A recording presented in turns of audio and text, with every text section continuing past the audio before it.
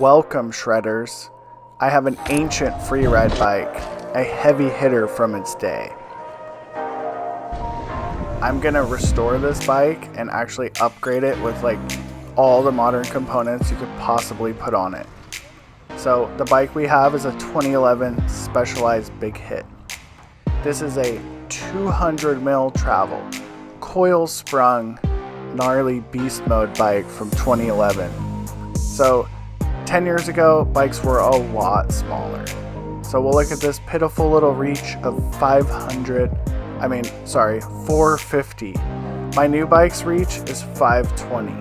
That is 70 millimeters smaller. This bike's also 100 millimeters shorter in wheelbase. So I paid $600 for this. It wasn't a good deal and it wasn't a bad deal. It needed a lot of work, so let's jump into the restoration.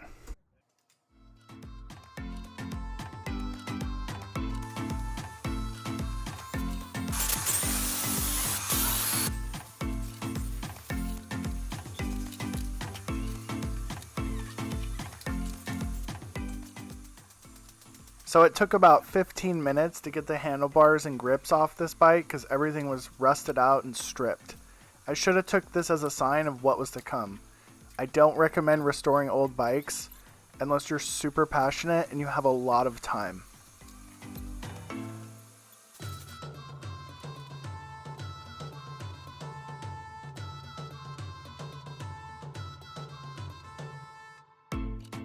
So this isn't just a YouTube stunt like this video. This is a good video, but I'm actually trying to upgrade this bike and see if I can make it ride like a modern enduro bike. And it's a huge challenge trying to fit these tiny little old bikes on a big dude like me. I'm 6'2". So these old school bike restorations aren't for the faint of heart. I think it would serve most people better if they just went and they financed a bike rather than trying to restore an old bike. This was a lot of work. So I actually didn't even finish it and I gave up. I was just spent way too much time and I decided to bring it to a shop. But I had a genius idea. I was upgrading the front end on this bike and had all the spare parts, so I said, well, let's put the 2021 e-bike 29er front end on a 10-year-old downhill bike and see how it works. It was even hard for the shop to do this.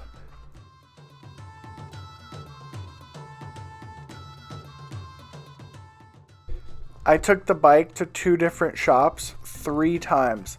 So everyone was struggling on this. It actually made me feel better seeing the shops struggle so bad to fix this bike right. So keep that in mind if you want to restore an old bike. It is a pain in the ass. So here is the masterpiece. 29er up front, 26 out back. I got a 180 millimeter Fox 36 on there with the Roval front wheel. Has 4-pot Shimano brakes, 200 mil rotors. The best upgrade on this thing is definitely a dropper post. So de-stroked shock makes it, if you shorten the shock stroke, it makes the bike super slack. So this thing is way de-stroked. It's probably only 160 mil travel, but is it way too slack to ride? I don't know. Let's jump into the bike park. Timberline dropping in.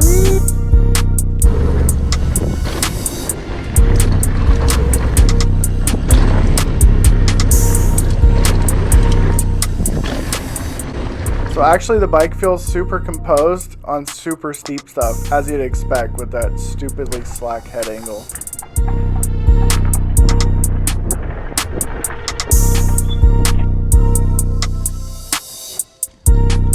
Whoa!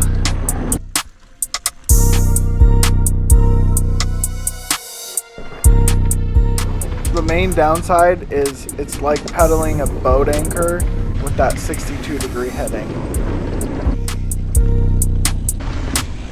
I was super impressed with this bike. It was totally rideable and I had a great day on it.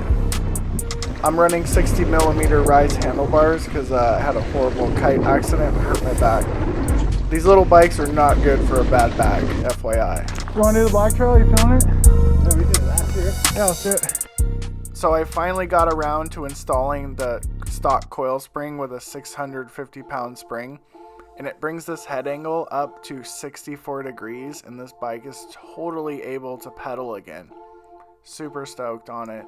Been riding it. It's a little bit slow and sluggish, but it's been working really good with the stock shock.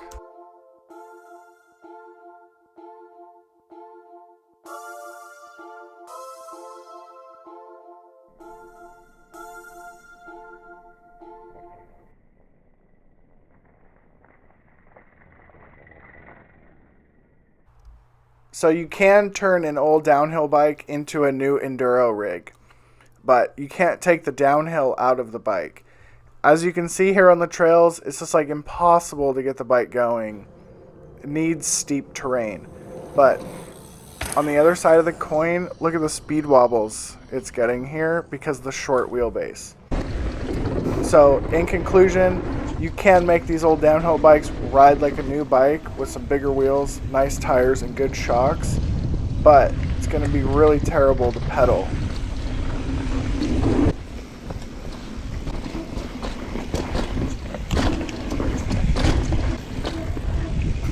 Thanks for watching. Leave me a comment if I can improve.